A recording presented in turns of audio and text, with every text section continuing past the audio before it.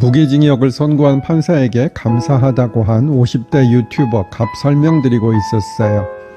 갑의 죄명은 살인죄가 아니고요. 특정 범죄, 가중처벌 등에 관한 법률의 보복살인이에요. 그 구성 요건을 보면 자기 또는 타인의 형사사건의 수사 또는 재판과 관련하여 고소, 고발 등 수사 단서의 제공, 진술, 증언 또는 자료 제출에 대한 보복의 목적으로 살인의 죄를 범한 사람은 사형, 무기 또는 10년 이상의 징역에 처한다 라고 되어 있어요. 일반 살인은 사형, 무기 또는 5년 이상의 징역임에 비하여 상당히 더 무거운 것이지요. 이 사건에서는 갑을 고소한 유튜버를 보복할 목적으로 살인을 했기 때문에 더 중하게 처벌받게 된 것이에요. 특정 범죄, 가중처벌 등에 관한 법률이라는 것이 있어요. 말 그대로 이 법에서 새로운 구성 요건, 즉 죄를 규정하는 것이 아니라 기존에 있는 특정한 범죄에 대해 일정한 경우에 가중, 즉 더 중하게 처벌하는 것이지요. 이 법 1조에 보면 가중되는 죄를 설명하고 있는데요.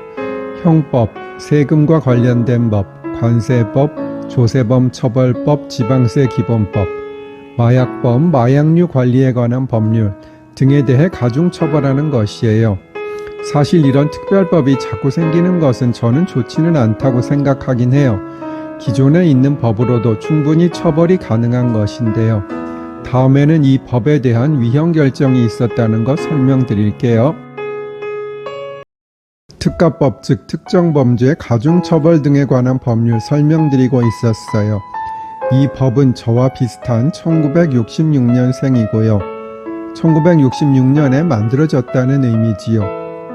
그동안 형법과 동일한 구성 요건에 대해 가중처벌하는 규정은 헌법재판소의 위헌 결정이 여러 번 나서 지금 현재의 규정으로 되었어요. 이런 특별법이 생기는 것은 동일 또는 유사한 범죄가 빈번하게 발생하거나 발생할 것이 예상되어 이에 강력하게 대처하여야 할 필요성이 있는 경우나 특정한 범죄에 대해 기존 법률에 의한 형벌로 처벌하는 것만으로는 국민의 법적 감정을 충족시킬 수 없는 경우에 형법, 기타 기존의 다른 법률에 대한 특별법 형태로 만들어지는 것이에요. 이와 비슷한 법으로 특경법이 있어요.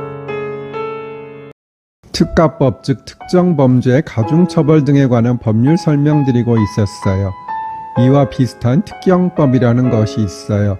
특정 경제범죄, 가중처벌 등에 관한 법률이지요. 약칭으로 저는 특경법이라고 하는데 특경가법이라고 하기도 하더라고요. 이 법은 경제범죄에 대해 가중처벌하는 것이에요. 따라서 사기, 공갈, 횡령, 배임죄 등의 경우에 적용되겠지요. 이런 범죄에서 피해액이 5억 원 미만이면 형법이 적용되지만 피해액이 5억 원 이상이면 특경법이 적용되는 것이에요. 전에는 특정 범죄, 가중처벌 등에 관한 법률이라고 띄어쓰기 없이 법명을 붙였었는데 너무 이상했어요. 지금은 그러지는 않고 제가 한 대로 쓰고 있어요. 뇌물죄의 경우에 수뢰액이 3천만 원, 5천만 원, 1억 원 이상인 경우에 특가법에서 훨씬 무겁게 처벌하고 있어요. 오래전에 제가 잘 알던 선배 부장판사님이 있었는데 정말 아쉽게도 생각을 잘못하셔서 뇌물을 받은 적이 있었어요. 결국은 특가법상 수뢰죄로 징역 5년을 복역한 것으로 알고 있어요.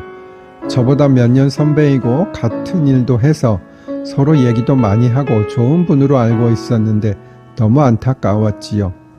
그 다음에 도주 차량 가중처벌 규정이 있어요.